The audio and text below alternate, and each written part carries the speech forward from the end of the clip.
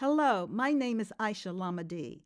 I'm an investigative journalist concerned with civil rights and other social justice issues. The writer John Oliver Killens lamented, "For a white man, even in Mississippi, the courthouse is a place where justice is dispensed.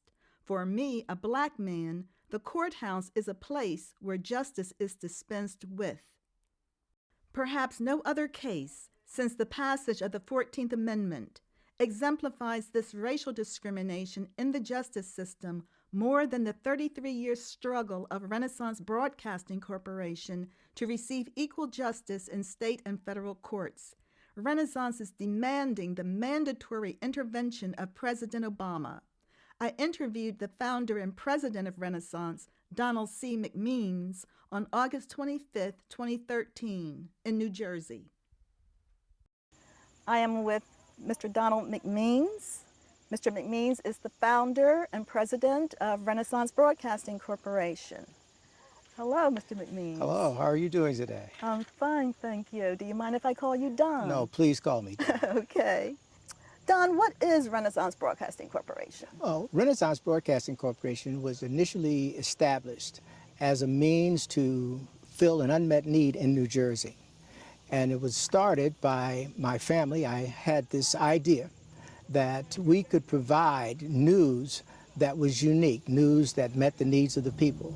And so what they did is they began to give contributions so that we could go on this journey to build a television station, the first in New Jersey that would cover all of southern New Jersey. And so we started with that idea, and the idea also to meet many of the unmet needs that we felt that existed, not only in the media, but in the way that we approached the history, a true history. And I was concerned about bringing people together through knowledge. Okay, so that was your trigger for the desire to start your commercial television station. That's right. Donald, what region did Channel 65 cover?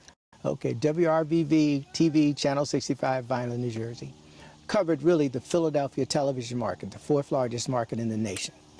Our signal covered with the over-air signal an area from Trenton, New Jersey in the north, all the way to Dover, Delaware, and from east to west, from Atlantic City to Conshohocken. Okay. We, in fact, covered a larger area than both NBC and ABC affiliates coming out of Philadelphia. Wow, that's amazing. Yes.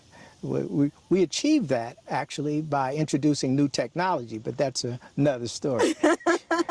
So actually, your station had the potential to reach millions of people and to influence them in some way.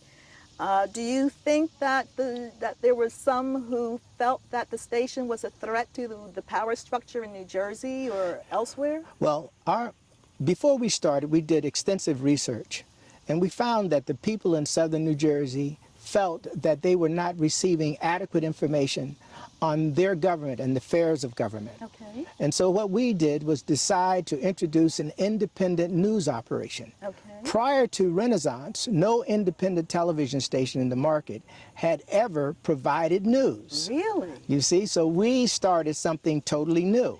Not only did we introduce news, we introduced a news update on the half hour. Oh my goodness, And that so, sounds familiar. Right? And so that our emphasis was on public affairs informing and uninformed people. Okay. And I think that maybe that did affect some people because in New Jersey, most people didn't even know who the senator, U.S. senator was. That when they did surveys, they discovered that New Jersey citizens were the most uninformed in the country with regards to who their elected officials on the national level were. Did you have any particular problems with the location of the tower? We received our license in 1979. Okay. We did not find an adequate space for our tower until August of 1980. All this time we were looking for a tower. And the only place, there was only one place where we could put this tower, and that was on a specific site in the Wharton State Forest. Okay. Now, there are two reasons for that.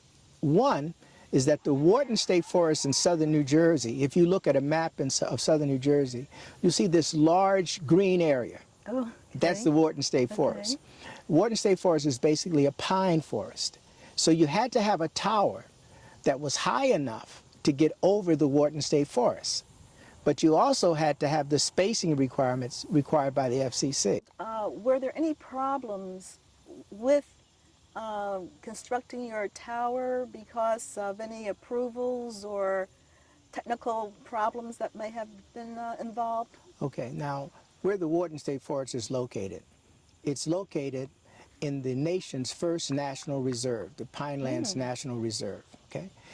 The area where the tower is located is in the preservation area of the Pinelands National Reserve. So there are two specific areas, the protection area and the preservation area. Protection area is a buffer that surrounds the preservation area. The preservation area contains one of the purest sources of fresh water in the world. It's like 17 trillion gallons of fresh water in the Kirkwood Cohansey aquifer. Now there are two aquifers. One is the Cohansey, the other is the Kirkwood, which is beneath it. Now these waters were placed there during the Ice Age, right? So that when you obtained an approval, you had to obtain an approval from the Pinelands Commission before the New Jersey Department of Environmental Protection could lease the land to you. Okay? So now, the specific site that we had was actually selected, not by Renaissance, but by the Department of Environmental Protection and the Pinelands Commission. Okay? All right. So this was a site that was selected because it was approved. It met all of the criteria. Okay? When we go back and we deal with the Wharton State Forest, when it was originally purchased by the state, one of the purposes was for a commercial television broadcasting tower. Okay? Perfect. That was perfect, right? That was in the original legislation. Okay? So you would think, oh, everybody knows that's there, that it's a dedicated purpose or it's a statutorily authorized purpose on the sovereign's land. Therefore, we should have no problems. The sovereign being the people of New Jersey. Of the state. You got your approvals. You got your approvals from the Pinelands Commission. Yes. And then you got your lease from the DEP. Right. And what was the problem? Well, we received the Pinelands Commission approval on August 8th, 1980. On the August 21st, DEP called us in, and Helen, my wife, and I, we went there and we signed the contract with DEP for the lease. 1 week later, there was a meeting to be held in Waterford. We found out because one of our officials had gone there. We were trying to be very cooperative with the community, and so our public relations officer had gone to Waterford to tell them what was happening. And so a person, actually the building inspector, thought that she was a reporter for the Philadelphia Inquirer. And he said, "Are you coming to the meeting tonight?" And she says, "What meeting?" She says, "We're going to have a meeting about Renaissance." Okay? She says, "Oh, really?" She says, "Yes, we're not going to let them have that tower in this town, you know?" And she says, "Oh, really?" Well, see, they thought that everyone connected with Renaissance was automatically black because I was black. Right? So therefore, they didn't know they were talking to our public relations officer. So she came and she said, "Don," she was very upset, says, "Don, this is what they're going to do." And so we had our news director, who had already been hanging out with the people in the town, sort of incognito. And so he decided he went to the meeting. And so he was sitting at the meeting when they planned their strategy to prevent us, and their strategy was to delay us and to impair our ability to get financing by filing knowingly bogus appeals. All right? So they were going to file an appeal to the Pinelands, but they didn't know what they were going to do it for at that time. And then they were going to file another action that would enable them to require the city to pay for it. Okay? I guess the question would be, why were they doing it? Yeah, why? What was the purpose? What was the purpose? The mayor of Vineland at the time, who was very, very helpful to us, his name was Patrick Fiorelli. And Mayor Fiorelli was very, very active with legislative officials, congressional officials, telling them that he wanted this television station, right? And so when Why, I wonder? We had a talk with him. We told him what we wanted to do. He was a very forward-thinking person. We became very, very close friends. Okay. And so he went to Waterford to find out why there was this opposition. Why all this opposition about this television station? And so he was told, he was told that someone said that they didn't want the television station there because black people from Philadelphia would move into the area. I mean, it's sort of absurd, but that's what he was told, right? In other words, they were afraid that if we had a television tower there, that all of a sudden black people would just move into the town in droves. And so when he told me that, it was sort of like the epitome of absurdity. Oh my goodness. But see, the media contributed to this because when we first received our FCC license, they didn't say the first New Jersey television station. They said the first black television station. Oh dear. Okay? I remember spending a whole Saturday on the phone trying to get the people to deal with the fact that we had a television station for all the people, like all of the other television stations. I said, why do you call it a black television station, right? And it was one absurdity after another. And not knowing the feelings of people and not knowing how corrupt our judicial system is, that I thought it was ludicrous. I thought it was funny. I said, this is the state's land.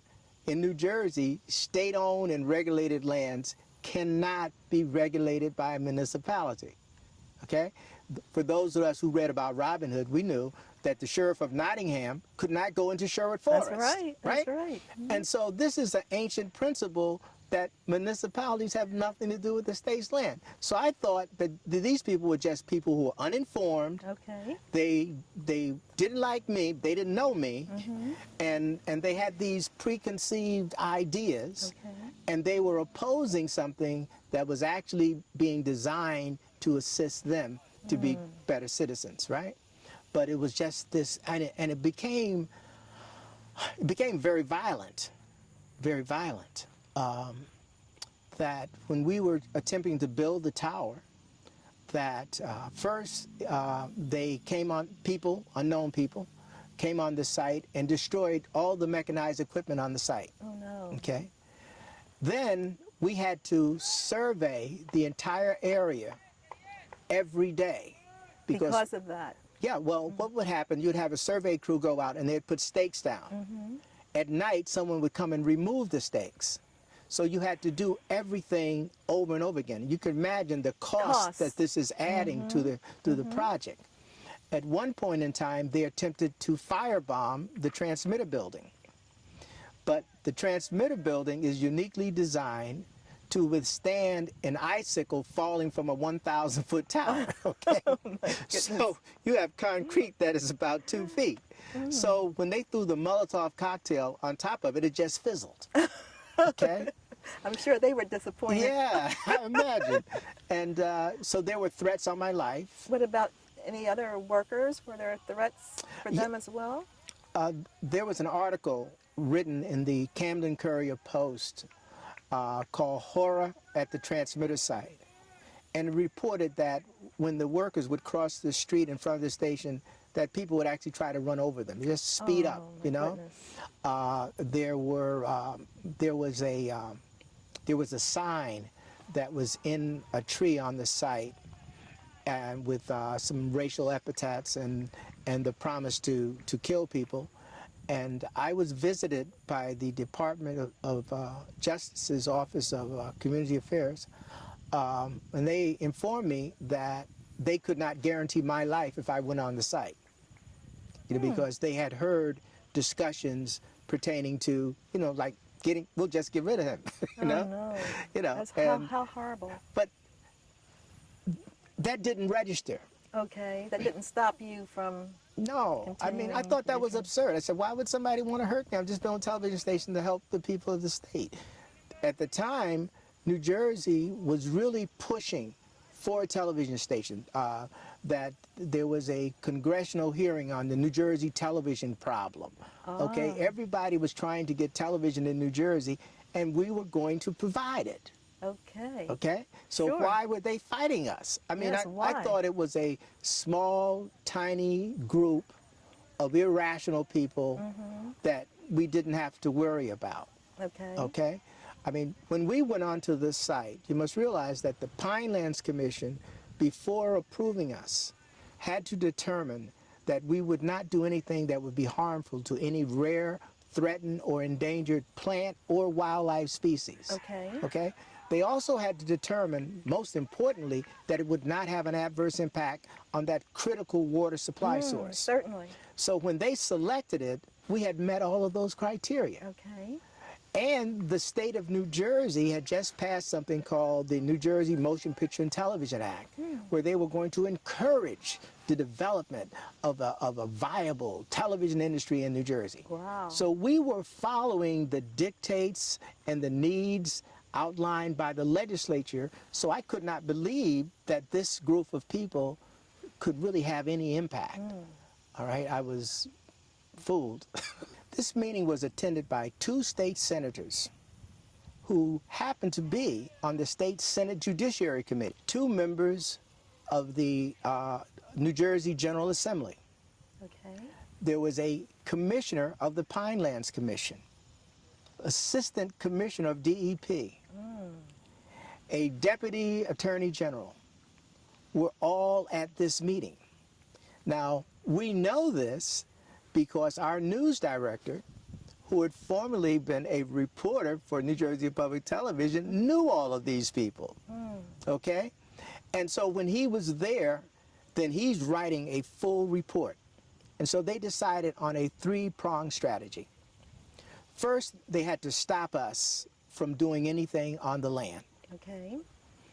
Then they were going to file an action or have a member of the Pinelands Commission who was at the meeting to introduce a resolution calling on the Pinelands Commission to rescind our approval. Okay. The ruse for that is that they were going to say that we had knocked down rare and endangered trees with a bulldozer. Okay? Now, first of all, there were none there, or they wouldn't have allowed us to use the site. Okay. Secondly, every tree that we removed was marked and a yellow ribbon was tied around it. Okay. Okay? Each time we went to the site, we had to alert a forest ranger who was on site and approved each tree that we removed. Okay. Okay? So it was impossible, but they were just going to say it because they didn't care. And what they did is they went into court with a meeting where we were not present. Our attorney was not present. And they said they're destroying the forest, okay, and knocking down the trees. Just say anything. And so the judge introduced an order that suspended everything. This was willful, right? I mean, they knew we had not done this. But so when they went to court, they call this ex parte. That means without all the parties. And so when you go to court on an ex parte action, the court can enter a temporary injunction. Then it has to give you sufficient time to come in afterwards at what they call a show cause hearing, where you have to show that what you're talking about is true. Okay. Okay? And at that time, you come in with your attorney, and then the person who filed the complaint has to show cause. In other words, they have to show the existence of these rare and endangered trees. Okay. All right? But they weren't concerned about that. What they did when they filed this on September 3rd as part of the strategy, that the commissioner of the Pinelands Commission was to go to the Pinelands Commission and introduce a resolution saying that Renaissance had violated his authorization by destroying rare and endangered trees. Okay? What happened at the meeting, one of the members of the Pinelands Commission said, "Didn't we approve this?" He said, "How could there be rare and endangered trees on the site if we approved it?" Yeah, it's not logical. Right? And so the attorney for the Pinelands Commission said, "You can't introduce this resolution without Renaissance being present." They said, foiled again. So what happened, they couldn't do that, right? But the judge held up the time for the show cause meeting until after the Pinelands Commission had granted us final approval, which took place on September 8th. Okay. The reason for that is that you couldn't appeal the Pinelands approval until they had granted final approval. Okay? So what happened is they granted that on September 8th, right? We had our show cause hearing on September 22nd. So we walk in and they can't show anything because there are no rare and endangered trees there. But on the same day, they filed an appeal of the Pinelands approval. The third prong of the strategy. To protect corn snakes. Now, there are no corn snakes in Camden County. There's still no corn snakes in Camden County, okay? Excuse me. So what happened is that they just filed an arbitrary action, which is indicative of everything that they did. So when they filed this action to protect the corn snake, it had the effect of preventing us from obtaining financing. Now, a woman would say, well, how did it do that?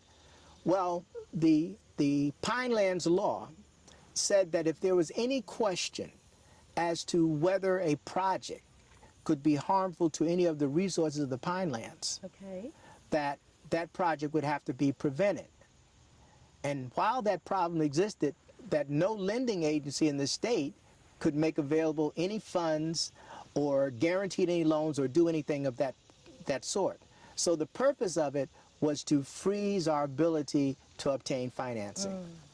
So that was their three-pronged strategy. It was so critical that, and to show you how bold, these people were exceptionally bold, that when I went to the Pinelands Commission because there was a member of the legislature, a member of the General Assembly, who was now going to the Pinelands Commission every week, asking them to rescind our approval because we're violating this law, blah, blah, blah, blah, blah. And so after they did it, I decided that I would go. And so I went in. And so after I spoke, the Pinelands Commission said, we will no longer have any further discussions on the Renaissance approval. It is closed. Okay. Approved, it's signed, approved, sealed, it's and delivered. Done. Don't want to hear anything else about it. So one of the members of this ad hoc group came up to me and he said, it's not over. He said, and see, this is before September 22nd. He said, we will do anything to stop you. We will even say that you are harming corn snakes. And I said, but there are no corn snakes there. And he says, we're not above putting some out there.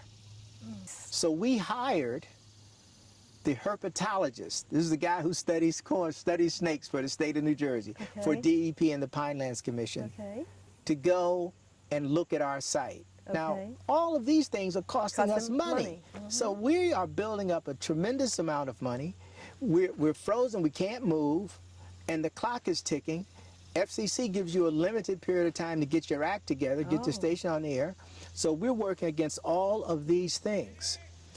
We had to go back on a show cause hearing based upon the initial injunction that had been filed against us.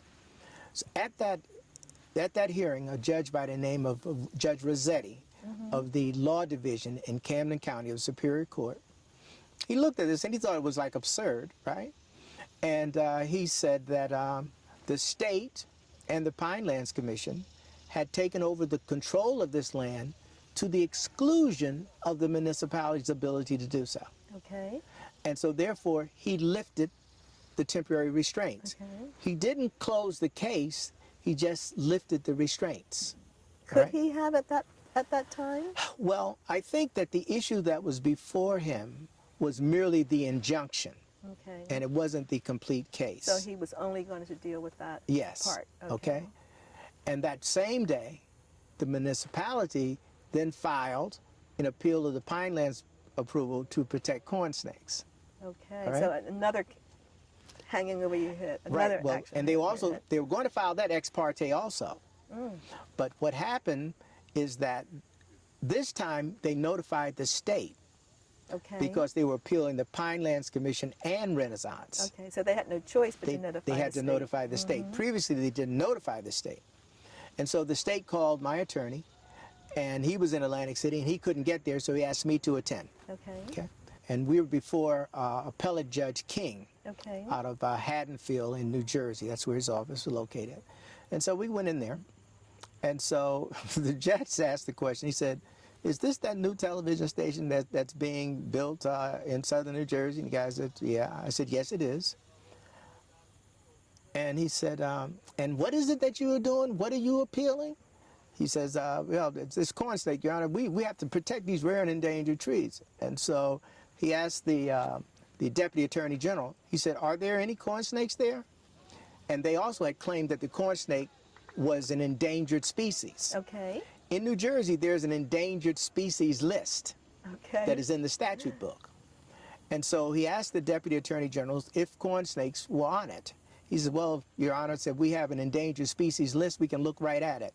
And he looks and he says, there are no corn snakes on there, right? And so the judge looks at the guy from Waterford. Now, the guy representing Waterford was a member of the New Jersey General Assembly, who also was an attorney. Okay. And so the judge said, you know, what I would advise you to do, said, no, I'm not allowed to do that. He said, look, your request for an injunction is denied. And he almost said, this is embarrassing. Okay? But that was just to deny the injunction. It wasn't to remove the pending appeal. Okay? And this appeal was filed on September 22nd, 1980. It was not resolved until June 25th of 1982. Okay, 2 years pending. Right? Yeah. And so all of this time, it created a barrier to our ability to obtain financing. For 2 years, we have this hanging over our heads because we're stuck. We're trying to build a television. Now, what I know is that if we don't build the television station because of all of these threats, that we lose any property rights. In other words, you must have a going concern in order to obtain any benefit from a lawsuit that is trying to prevent you from going on the air. Isn't that weird? But you must be on the air. So our goal was, regardless of anything, we were going to get on the air. On December 4th, 1980, the state of New Jersey finalized, consummated our right-of-way, and included in the lease the site plan approved by the Department of Environmental Protection, and the approval by the Department of Community Affairs Bureau of Construction Code Enforcement, certifying that our construction plans were in compliance with the Uniform Construction Code. Okay. So we had completed everything, and these two things were included in the lease. The New Jersey Supreme Court in 1954 said that any rights of way granted by the state of New Jersey were incontestable. The people of New Jersey on November 4th, 1958 had determined that when that happened, that right of way was a vested right of way. And what does vested right of way mean? A vested right of way means it's incontestable. It means no one can file a lawsuit pertaining to it. It means you're home free as far as any litigation. No one can complain. You now have sovereign authority to do everything that is in that lease. That no court has the right to even entertain a complaint to put a condition on that right. The sovereignty had also said that this was a statutorily authorized use of sovereign property. Now, and in this instance, the Wharton State Forest was more than just sovereign property. It was called the sovereign domain. Now, what that means, when you call something the sovereign domain, it is when the legislature says, we alone will determine what happens on this land. Nobody, not the courts, not anybody. We do this. And because the sovereignty had determined it, the legislature couldn't even change it. This was the highest form of authority that you could obtain. Waterford had filed a lawsuit on September 3rd, 1980, for the purpose of requiring us to comply with their site plan and construction plan ordinances. Now, first and foremost, their ordinances don't apply to state-owned land. So automatically, it was a frivolous lawsuit. Harassment. Harassment. The judge looked at it and added a new issue. Added an issue. Added an on issue. his own. On his own. He said, I don't think the state has the authority to lease this land to you, to me, to Renaissance. What does that mean, Your Honor? You know, and what was very strange, the attorney for Waterford said, Your Honor, we didn't include that in our complaint. We're not challenging the state's authority to lease the land. Okay? But despite the fact that the municipality was not challenging that, the judge says because the state had no authority and immunity should not be found when the state leases for a purpose not authorized by the legislature. Now here, the state had authorized the lease of state parklands for any commercial facility, utility, or device on July 1, 1945. When a municipality files a lawsuit, or anyone files a lawsuit, they're required to show that they have a tangible and actual interest. That means that you have the power to adopt ordinances for the land, or you have a title to the land, some form of ownership. In the law governing the Wharton State Forest, it specifically says that the state is acquiring to itself any and all rights, title, and interest. There was no question. That seems incontestable. It was incontestable. Any and all. And the other point is that if you are challenging the state's interest, that case could not proceed without giving the Attorney General of the state of New Jersey notice. Because, right. You see? Because you're challenging the rights of the sovereign. One of the first criteria for any plaintiff who files a lawsuit is to establish at the outset of the suit that he has an interest. Okay? I've often said that if the Renaissance case had been submitted to a computer, it would have been resolved in 2 seconds. But because of a corrupt judicial system, and I must say that for 30 years we have been fighting about nothing. Nothing. And so in the state case, we had these actions going place. Now we, in spite of everything they were doing, in spite of the acts of terrorism and the threats, that we completed construction and began broadcast operations on July 13th, 1981. We began broadcast operations with a news operation from southern New Jersey, all right? And that, I remember that later on there was another station that came on the air, and a newspaper article was written that says comparing their news to the Renaissance news was like comparing a Big Mac to a filet mignon. Wow. Okay? I mean, our Good news, job. our news, what we did is said that everything that we did had to be the best it could be, all right? So now we're trying to operate, so in the interim, we're presenting news. A group of cable units in southern New Jersey decided that they wanted a waiver of the FCC's what they call must-carry requirements. The FCC requires every local cable unit to carry any local television station. So they can carry outside, but they must carry the local stations. In our economic plan, we had anticipated that we would have that carriage. So the local cable units file applications with the FCC requesting waivers. FCC said to me, no way we're going to give them the waivers, off the record, okay? Because this is the only service that provides news for all of southern New Jersey. How in the world are we going to give them a waiver, right?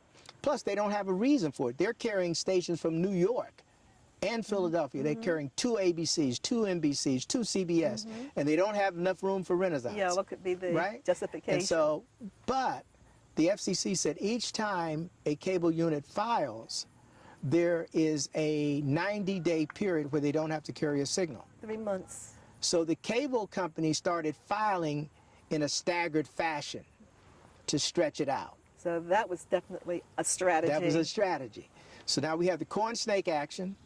We have the court saying that we have to get site plan approval and everything from the municipality. So we look at this. During this time, we are being bombarded with actions that are designed to prevent us from generating income. Okay. Okay? The local cable companies are requesting waivers, so they're not carrying our signal. We have maybe 500 local advertisers who are ready to begin advertising as soon as we're going to be carried by the cable companies. Okay. We have people waiting for our service, right? But we have to get on the cable, okay? So we're looking at this and say, okay, I thought initially just temporarily discontinue broadcast operations, but we don't know how long that's going to take. Okay. So Gerard suggests a temporary state court receivership. Okay. So we say, okay. Now there are advantages to this. The temporary receivership freezes the continuing accumulation of interest on our loans, which is over $7 million. Okay, So this freezes that. It's $7 million at 14%. That's the interest rate that we had. 14%, $70 million. That's a lot. And generally, when you have a loan like that, it would be stretched out over a period of 30 years, right? Okay. But the loan they gave us was for 7. What? Yeah, well, you know, everything. But when I looked at it, I said, it's okay, because we're going to get rid of them very quickly. Okay. Anyway, so we just looked at them as an interim loan. Okay. When you have a state receivership, what it does is Renaissance remains what they call a proprietary holder of the property. What we had from the state was what they call a vested right-of-way, which cannot be taken without Renaissance's consent. Okay? So when we have a receivership, that means a receiver is acting as a fiduciary representing the interests of Renaissance. Okay. The FCC requires that whenever you do this, you have to get FCC approval before the receiver can operate the station. Okay. Because the FCC alone, I always say the FCC gives and the FCC takes away. Okay. There's a specific law that was enacted by Congress. It says that an FCC license or any rights under an FCC license cannot be assigned, transferred, or disposed of by a transfer of control of the corporation, whether it's directly or indirectly. No matter what, it cannot happen except upon an application to the FCC and a finding by the FCC that the public interest, convenience, and necessity will be served by it. Okay? So therefore, when we had the receivership, we had to file an application with the FCC. It's called a Form 316 application. All right. And then the FCC transfers temporary control. Okay. This is critical. Okay. Temporary control to the receiver. We remain as the proprietary holders of the license. What that means is that we are the only ones who legally hold that license. Okay. Anyone else is merely a fiduciary, a trustee, so to speak, for us. Okay. Okay? In the consent order, it says that we have the unconditional and prospective right to regain control when we decide. Okay. And the consent agreement is a contract? A consent agreement is an agreement between parties that is sanctioned by the court. It is not based on a finding by the court. It is an agreement between the parties. Okay. And so we said this is based solely on insolvency. Okay. We did that for a specific reason because the bankruptcy laws state that the FCC could not deny our request to have the license returned because we've been insolvent. So we just wanted to put that in there, right? Okay. But we didn't say what the cause of the insolvency was. So therefore, no one could say that the receivership was for anything that we had done wrong or our creditor. Okay. Okay? So what we have is a setup that allows us to regain control whenever it is favorable for us to do so. Okay. Now, the judge who had rendered his initial decision without authority had introduced a new issue, remember? He said that the state did not have the right to lease the land for that purpose. Well, what happened on September 1, 1983, the legislature enacted new laws. All right. And they superseded the law that had been acted in 1945 and then repealed it, which confirmed that it had been in existence from July 1 through 1945. So from July 1, 1945 until September 1, 1983. Okay. So when the judge said the state did not have the authority to do it, that's a clear proof that he was wrong, arbitrary, right? And so he didn't have authority, and then he rendered an arbitrary decision. Okay. If you arbitrarily dispossess something somewhat of a vested right, going back to Marbury versus Madison, one of the famous cases in American history, it says the government must provide a remedy. Okay? Okay. So on September 1, 1983, when this happened, and then when the parties, Waterford and the receiver, now mind you, the guy who was a receiver then went into a collusion with Waterford to pretend that the Wharton State Forest had been zoned for residential use only. Ludicrous. Okay? That it had been zoned R2, permitting single-family homes only. This is land protecting 17 trillion gallons of some of the freshest water in the world. A national heritage site, the nation's first national reserve, and you're saying that it's zoned R2? If anyone goes on the internet and they look up the New Jersey Pinelands, and in it there's a summary of the Pinelands Comprehensive Management Plan. And it says specifically that land in the preservation area can't be used for residential use.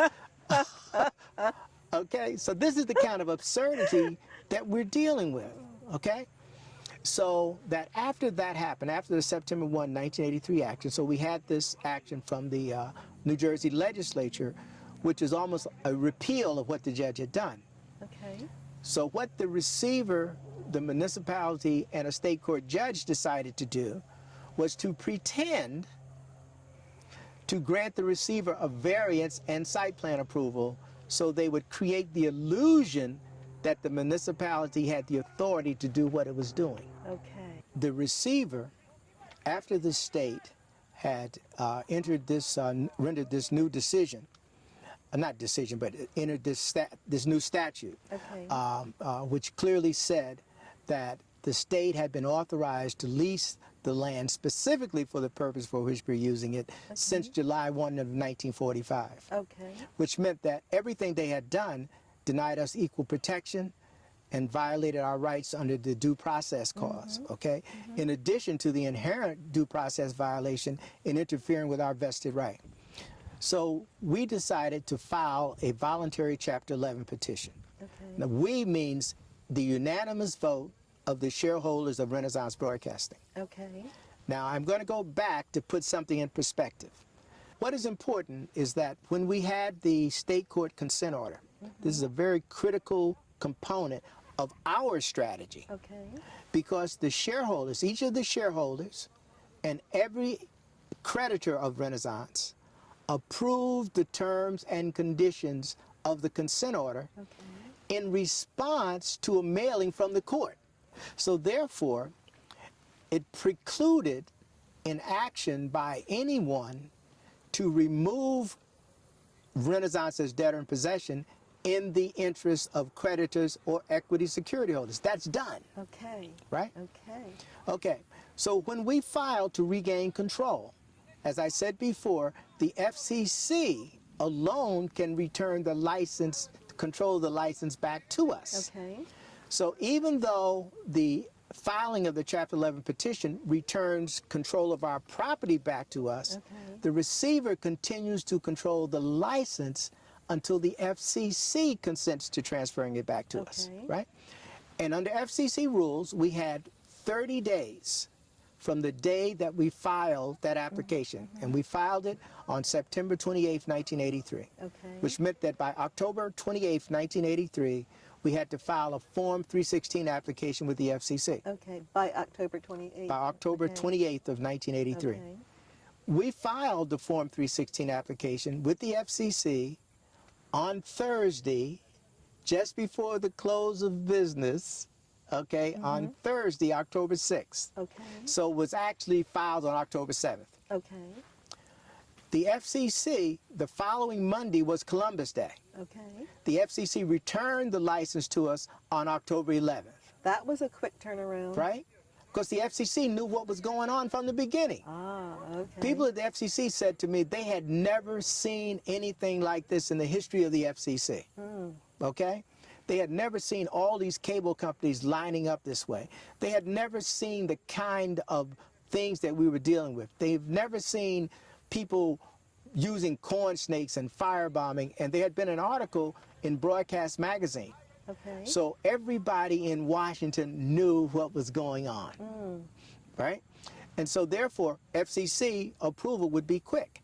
Now, also the FCC policy stated that the FCC has to conform or comply with the bankruptcy law. Okay. What happens when you file a Chapter 11? You create a new entity. When a corporation files a Chapter 11, it creates a new legal entity, and it's called a debtor. That means that you're in debt.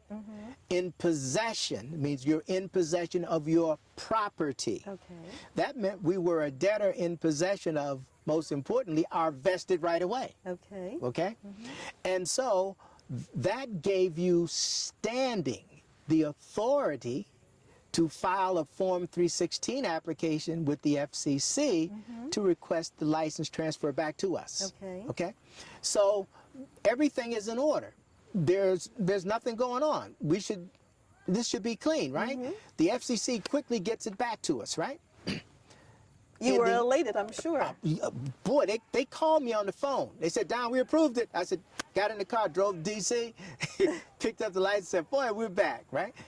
Not only did I think that we were back, I said that we can base our Chapter 11 petition on the actions filed against us. Okay. You see? Because they had violated our due process rights.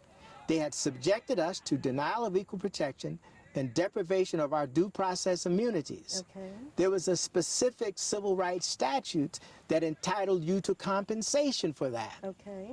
They had also interfered with our ability to engage in interstate commerce. Okay. That meant they had violated the antitrust law. They had filed frivolous lawsuits, sham lawsuits, protecting corn snakes, protecting rare and endangered trees, pretending that a municipality could regulate the sovereign's property. All of these things represented sham lawsuits. Okay. When you have a sham lawsuit, it creates a different system to deal with a municipality.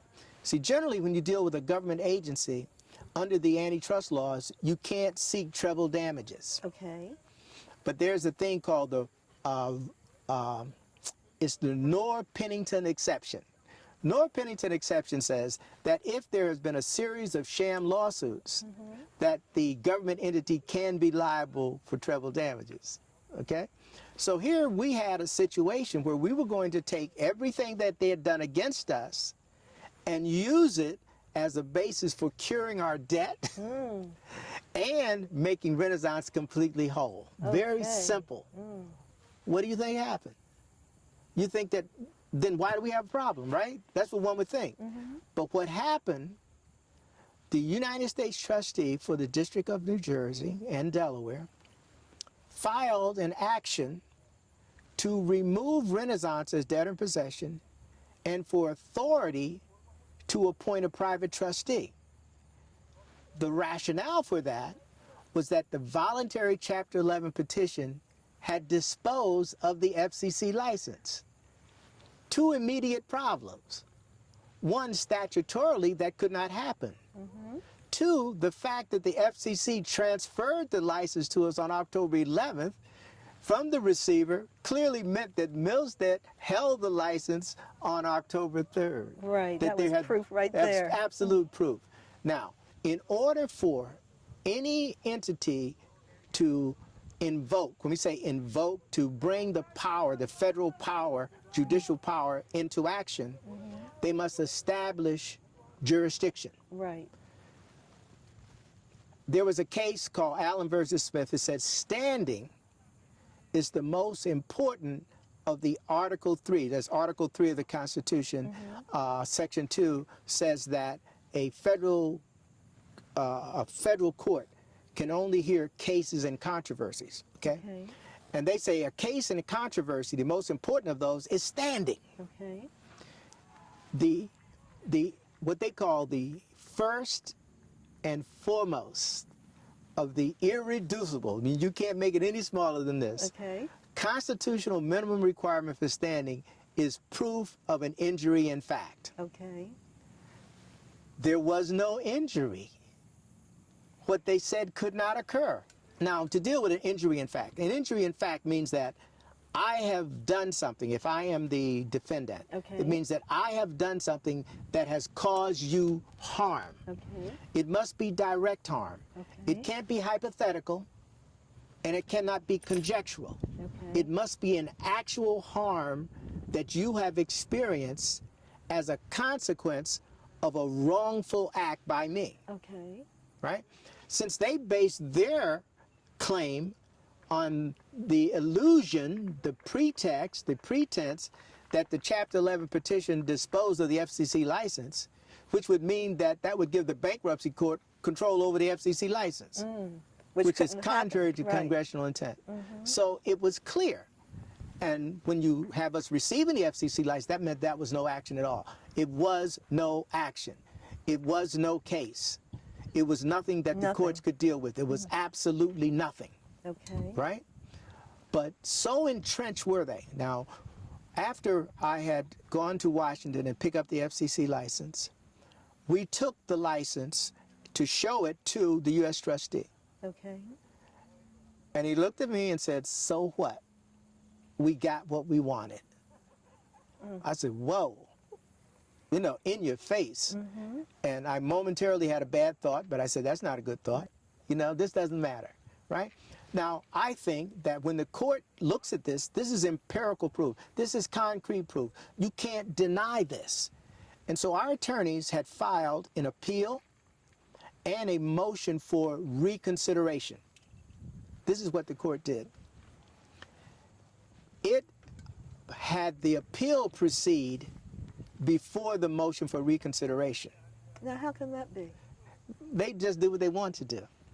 Now, on the appeal, the first thing the judge has to do under the law is he had to establish that the U.S. trustee had standing. Even if he doesn't look at the FCC law, the fact that the FCC had transferred control from the receiver to Renaissance is absolute proof that they didn't have standing. It's not even a question. Okay. So now this is what they did. So they held the appeal in the morning and the motion for reconsideration in the afternoon. So the judge on appeal upholds this bogus order.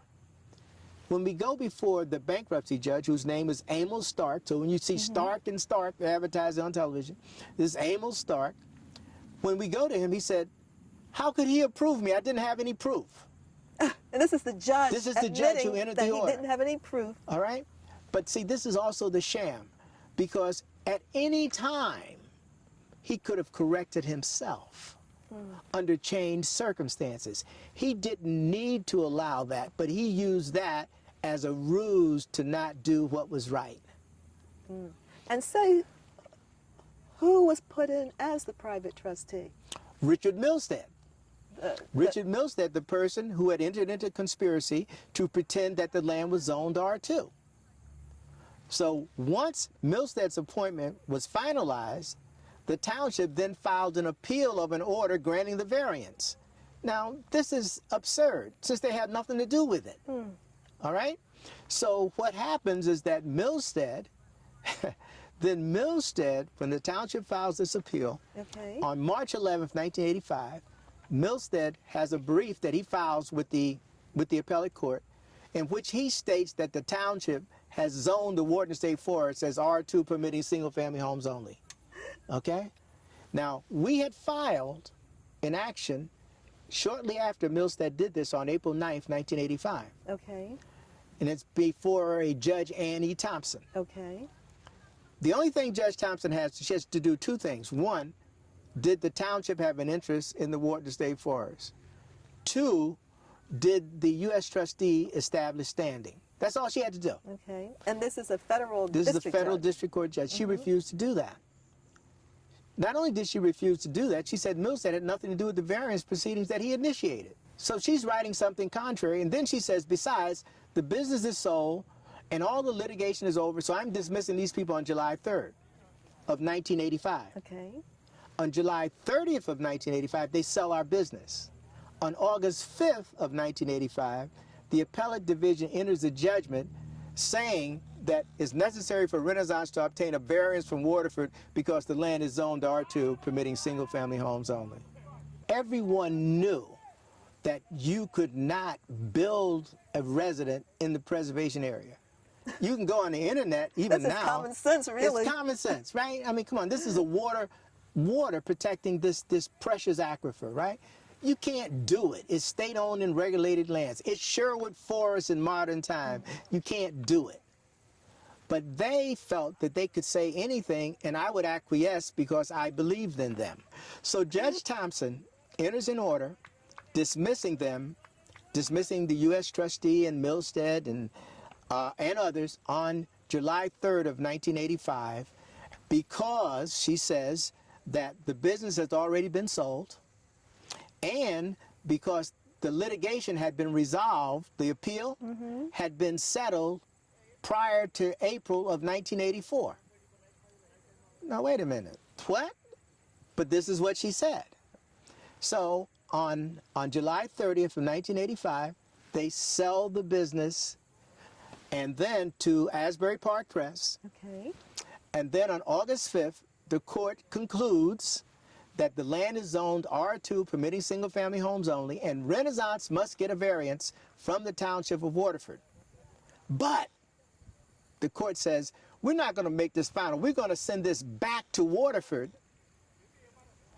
for a new decision to see if they had adequate information to deny Milstead's bogus variance application.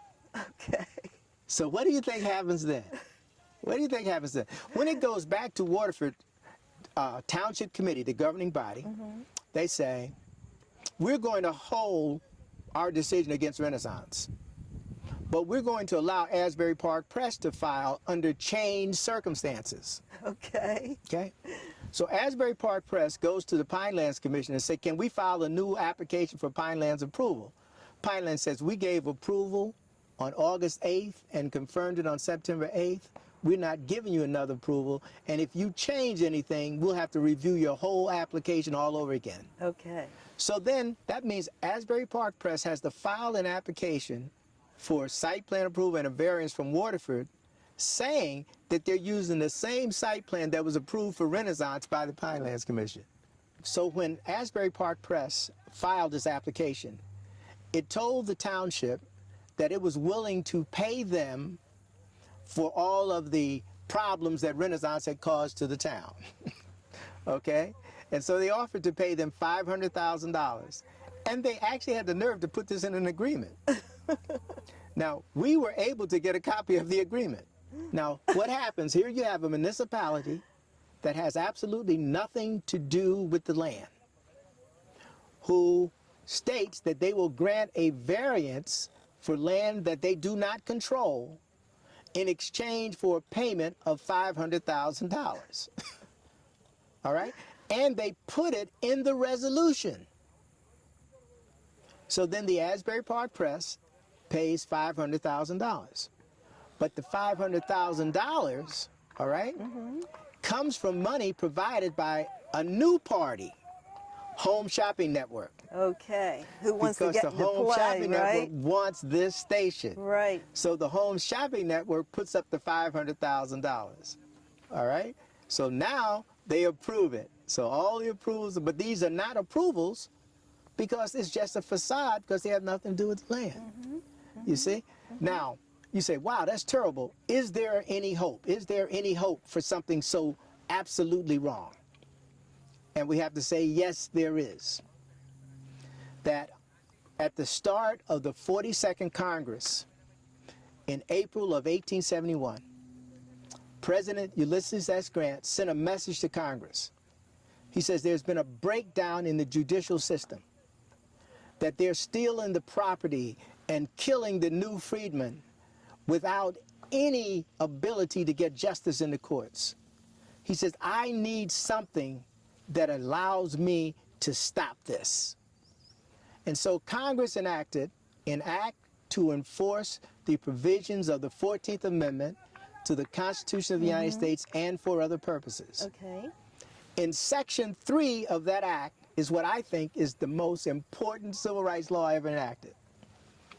And what it said is that in all cases, when there is insurrection, domestic violence, unlawful combination or conspiracy in any state that obstructs the execution of the laws of the state and of the United States in that state, to the extent that any party or class of people is denied any of the rights, privileges, or immunities named in the Constitution and secured by this act, and if the constituted authorities of that state, that means the judges and the cabinet officials, fail for any reason to protect those rights, then that shall constitute a denial by that state of the equal protection of the laws guaranteed by the Constitution. Okay. And then it said this, in all such cases, it shall be lawful for the President of the United States, and it shall be his duty, keyword, and it shall be his duty to suppress such unlawful combinations.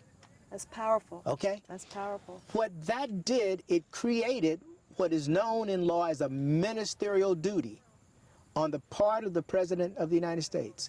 Whenever he receives proof of the type that I'm talking about, that he has a duty, a non-discretionary duty, that requires no exercise of judgment or discretion. Once those facts are presented, the President must immediately suppress the unlawful combination. The duty of the President has been simplified by the fact that the United States Department of Justice, U.S. Trustee for Delaware and New Jersey, actually obstructed the execution of federal law. In other words, federal FCC law and bankruptcy law. And when that happens, that creates another duty for the President to suppress the unlawful combination. So that element meant that all the President of the United States has to do in this instance is to call Eric Holder on the phone. This is how simple it is. The United States Attorney General. And say, Eric, we did a wrong thing there. File a confession of judgment with the court. And that clears the record. But exactly, what is that confession of judgment? A confession of judgment says that an action was filed by the United States government without standing to do so. And therefore, what followed resulted in acts of trespass against Renaissance's liberty and property interest. You see?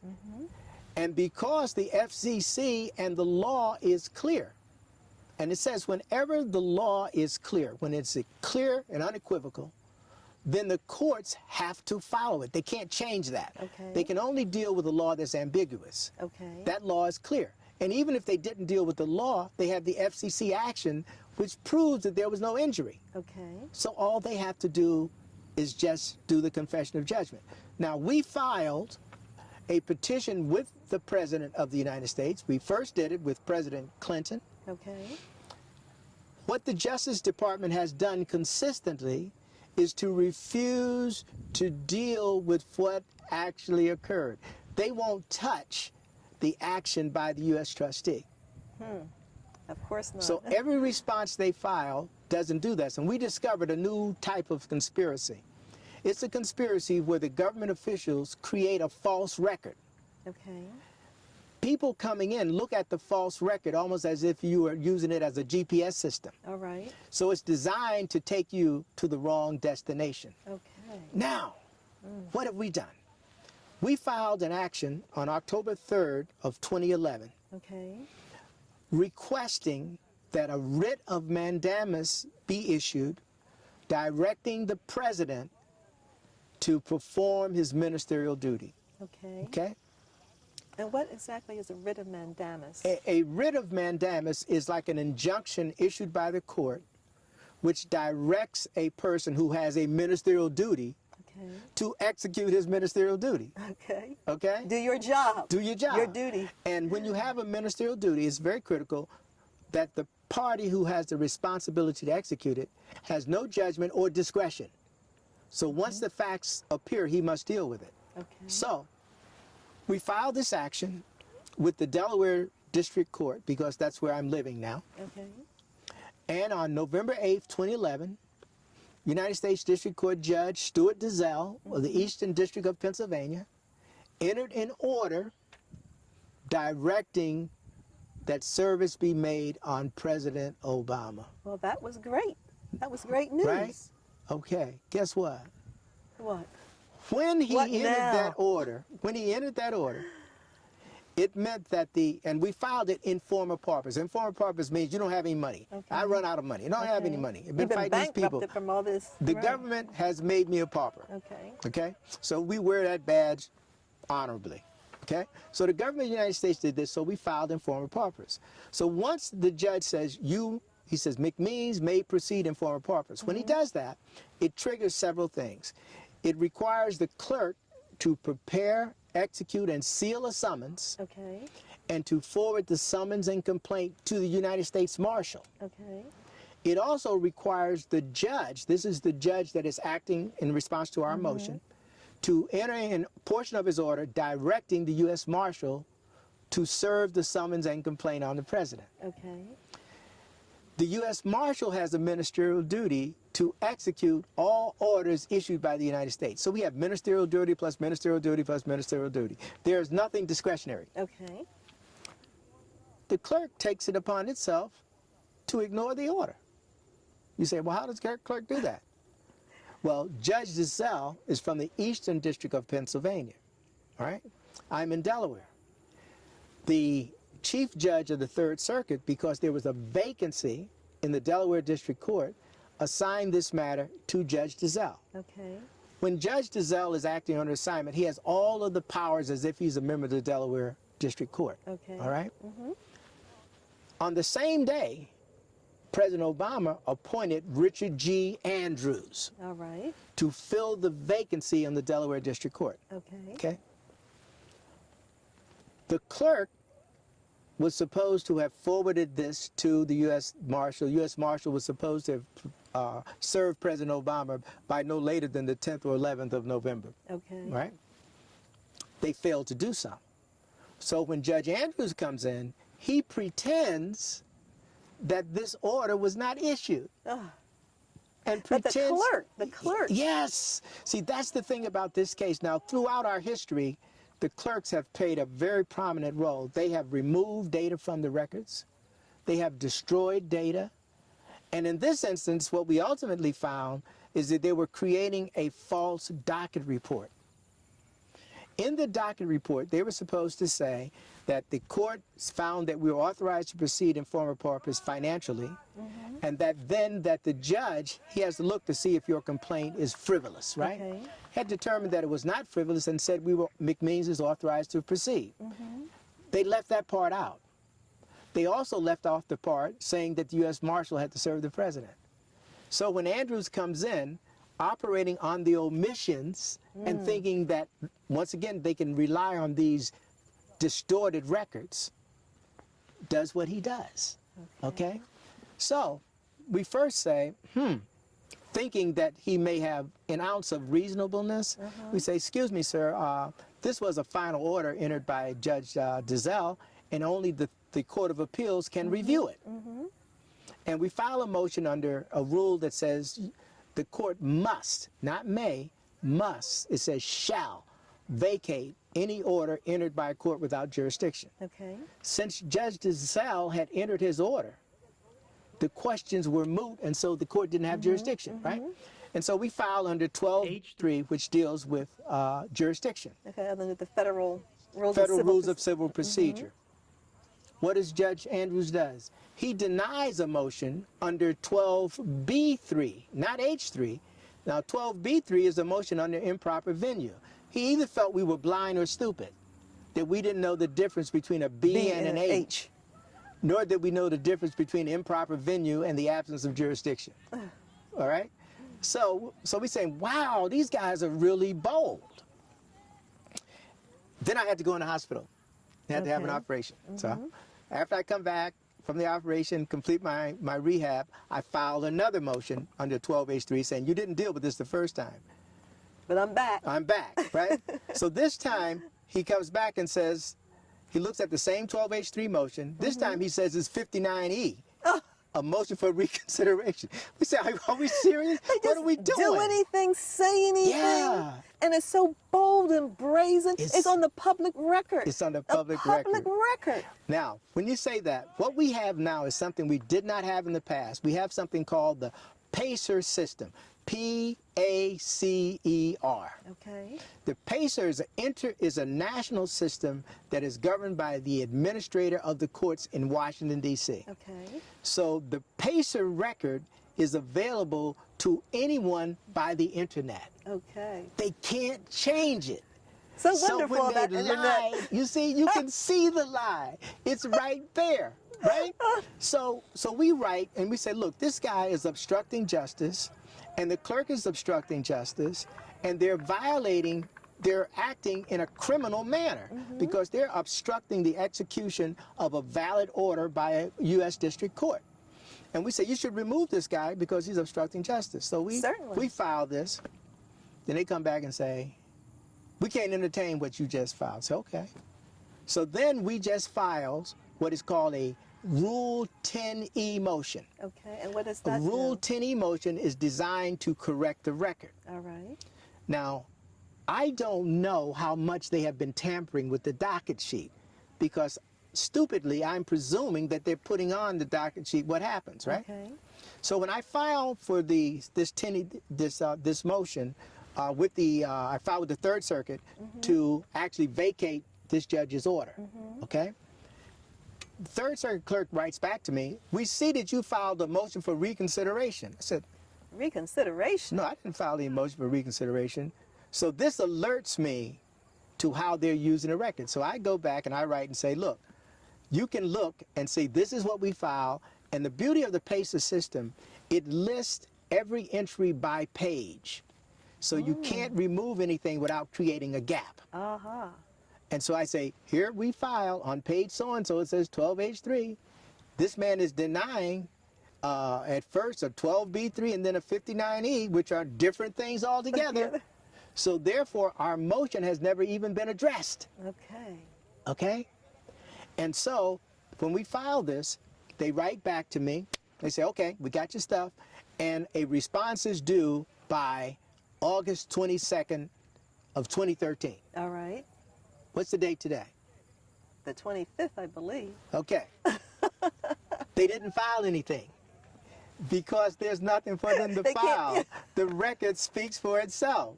And so we're sitting here now waiting to see what they do. But this is the overriding point I want to get across. It's not necessary for the court to do anything.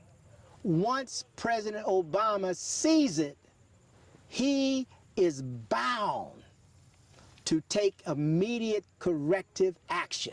Why do you have to go through a writ of mandamus? Why should you have to do that? I would like for you to explain what happened there. Okay. Someone purportedly said that they gave a copy of our petition to the candidate Obama. Okay. We never heard anything. We never heard anything. Okay. New Jersey Senator Diane Allen wrote a letter to President Obama shortly after he took office, telling him about this horrific thing, including newspaper articles, all kinds of documentations. Okay. No one ever responded. We sent a petition to President Obama's assistant for domestic affairs. I can't think of her name right now. But we sent this to her almost 2 weeks after President Obama took office. Was that Melody Barnes? Melody Barnes. Okay. There was no response. Isn't that Senator, rude? Yeah, well, they don't respond. They don't respond to anything. New Jersey Senator Robert Menendez wrote a letter, and then wrote a letter which is to the White House saying, look, here's the problem. The White House sends it to the Executive Office for the U.S. Trustees, who then collaborates with the United States Trustee for Delaware and New Jersey to create a fictitious document. Their document said that Renaissance filed the initial action in state court, that we sought a variance from the municipality. I mean, my God, how horrific. And it was because of that. So when we went back, and everyone in Senator Menendez's office saw all the documentation, knew that was completely false, so they sent another letter. Oh my goodness. The same person came back again and said, what we said the first time, we're going to stick with. There is no way to get anything to the president, but the law was set up that a ministerial duty can be enforced by a writ of mandamus. Okay.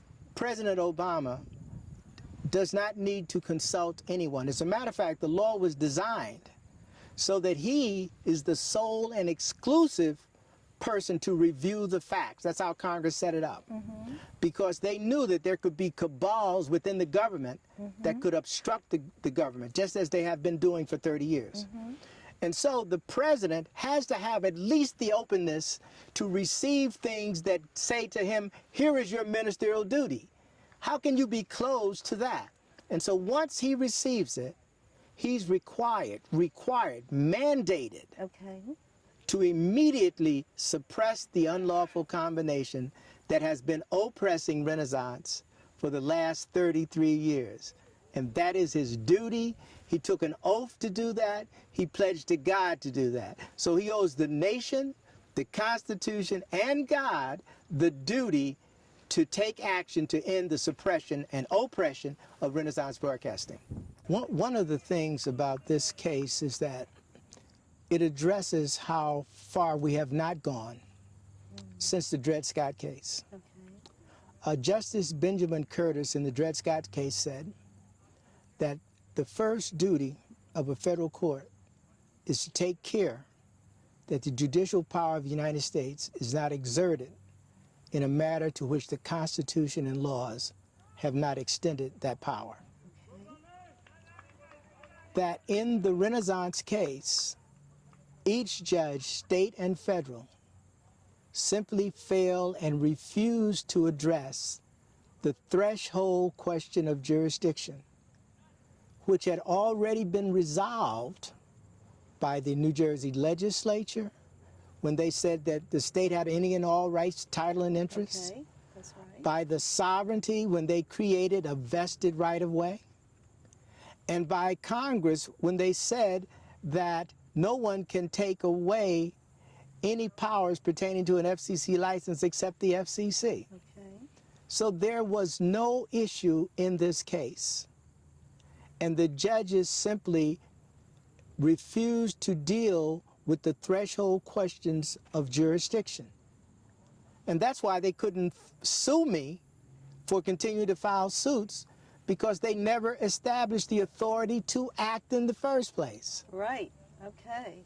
And that's what makes this case different, is that we're dealing with something that was completely made up, a pretense, a pretext, a fabrication that has a mark that really makes the whole nation look ridiculous. And it exposes a tremendous danger that exists in our judicial system today. Because you're talking about many, many judges over this since September 3rd, 1980, and only one. Only one. Only one. Only one. Can you imagine that? Judge Dalzell. That's right. Even if you deal with it from a time frame, is because we constantly file lawsuits.